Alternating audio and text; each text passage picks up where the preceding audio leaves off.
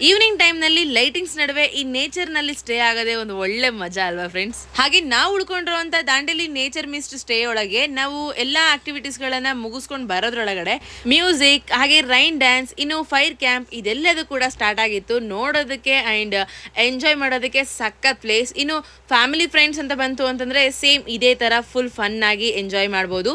ಇಲ್ಲಿ ಪ್ಯಾಕೇಜ್ ಅಲ್ಲಿ ನಮಗೆ ಇಂಡೋರ್ ಮತ್ತೆ ಔಟ್ಡೋರ್ ಎರಡು ರೀತಿಯ ಆಕ್ಟಿವಿಟೀಸ್ ಗಳನ್ನ ಕೊಡ್ತಾರೆ. ಅದ್ರ ಜೊತೆಲಿ ನಾವು ಚೆನ್ನಾಗಿ ಆಟ ಕೂಡ ಆಡ್ಬೋದು. ಇನ್ನು ಊಟ ಸಮಯ ಆಯಿತು ರಾತ್ರಿ ಅಂಡ್ ವೆಜ್ ಮತ್ತೆ ನಾನ್ ವೆಜ್ ಬೋತ್ ಆಪ್ಷನ್ಸ್ ಕೂಡ ಇರುತ್ತೆ. ಜೊತೆಗೆ ಚಪಾತಿ ಕೂಡ ಇರುತ್ತೆ. ಚೆನ್ನಾಗಿ ಊಟ ಮಾಡಿ ಮಲ್ಕೊಂಡು ಬೆಳಗ್ಗೆ ಎದ್ದು ಈ ನೇಚರ್ ಜೊತೆಲಿ ಒಂದು ಸ್ವಲ್ಪ ಮೈಂಡ್ ಮತ್ತೆ ಬಾಡಿ ಎರಡು ರೀತಿ ಫ್ರೀ ಆಗೋ ರೀತಿಯಾಗಿ ಚೆನ್ನಾಗಿ ಆಟ ಆಡಿ ಬೆಳಗ್ಗೆ ತಿಂಡಿಗೆ ಅಂತೇಳಿ ಇಡ್ಲಿ ಮತ್ತೆ ಅವಲಕ್ಕಿ ಎರಡನ್ನೂ ಮಾಡಿದ್ರು. ಸೊ ಟೇಸ್ಟ್ ಮಾತ್ರ ತುಂಬಾನೇ ಚೆನ್ನಾಗಿತ್ತು ಫ್ರೆಂಡ್ಸ್. ಇನ್ನೇನು ತಿಂಡಿ ಆಯ್ತಲ್ವಾ, ನೆಕ್ಸ್ಟ್ ಕೆಲಸನೇ ಸ್ವಿಮ್ಮಿಂಗ್ ಪೂಲ್ ಅಲ್ಲಿ ಹೋಗಿ ನೀರಿಗೆ ಹಾರ್ಬಿಡೋದು.